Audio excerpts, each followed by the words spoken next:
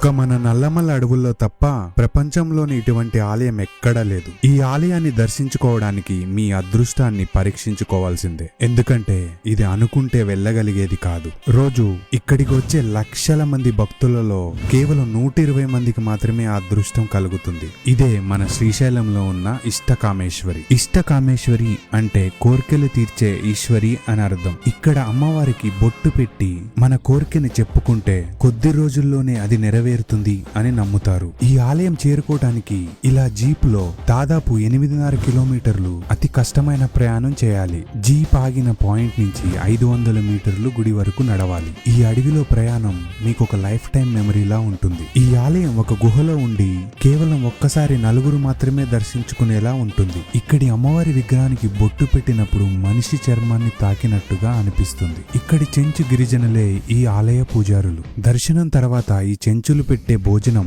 అమృతానికి తీసిపోదు. Ishtakameshwari tickets book చేసుకోవడానికి మనకి 2 methods ఉన్నాయి. ఒకటి 15 రోజుల ముందు ఆన్లైన్ లో బుక్ చేసుకోవడం. ఇవి కేవలం రోజుకి 16 ఉంటాయి. రెండవది ఆఫ్లైన్ మెథడ్. ఇది శ్రీశైల శిఖరం దగ్గర ఒక్క రోజు ముందు మాత్రమే ఇస్తారు. ఇవి రోజుకి 104 ఉంటాయి. బుకింగ్ వెబ్సైట్ అండ్ డీటెయిల్స్ నేను కామెంట్స్ లో ఇస్తాను. నల్లమల్ల అడవుల్లో దాగున్న మరో ఆలయాన్ని మీకు నెక్స్ట్ వీడియోలో చూపిస్తాను. సో ఇంకెందుకు లేట్, మీ ఫ్రెండ్స్ అండ్ ఫ్యామిలీకి షేర్ చేసి ప్లాన్ చేయండి.